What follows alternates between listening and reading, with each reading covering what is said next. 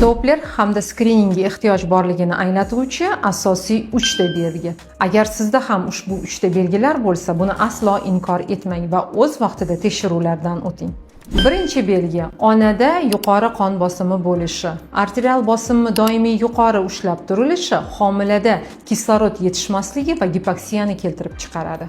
Ikkinchi asosiy belgi qog'onoq suvlarini juda ham kam yoki juda ham ko'p bo'lishi. Aynan ushbu holat homilada yo'ldoshdagi o'zgarishlar borligini anglatadi. Uchinchi asosiy e'tibor berishimiz kerak bo'lgan belgi bu homilani o'sishdan biroz orqada qolishi. Bu holat homilaga vitaminlar, mikroelementlar va oziqa moddalari yetishmayotganligini dalolat beradi. Agar sizda ham yuqoridagi 3 ta belgi kuzatilsa, albatta o'z vaqtida skrining va Doppler tekshiruvidan o'tishingizni maslahat beraman, chunki homilangiz xavf ostida bo'lishi mumkin.